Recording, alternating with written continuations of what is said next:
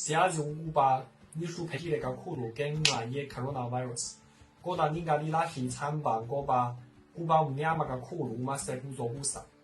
Utshingo lwenkosazana luzobuyela eNingizimu Afrika. Ubhubhane lusungela manje futhi abantu abaningi bashona ngalo. Kodwa-ke, kufanele singesabi. Asizinakekele, sizivikele, sihlanzeke, futhi sizobe singamabutho anobuqhawe ekundleni yempi yokulwa namagciwane.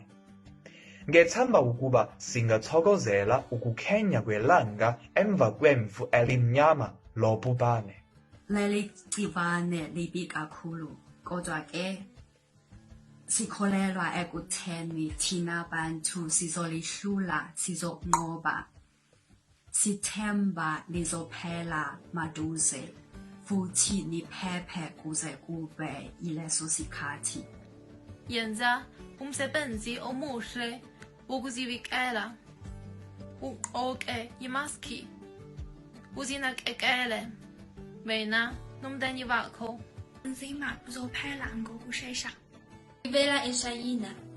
Siyethemba ukuba konke kuhambe kahle eNingizimu Afrika. Futhi siyethemba ukuba kuzobe sekungcono masinyane.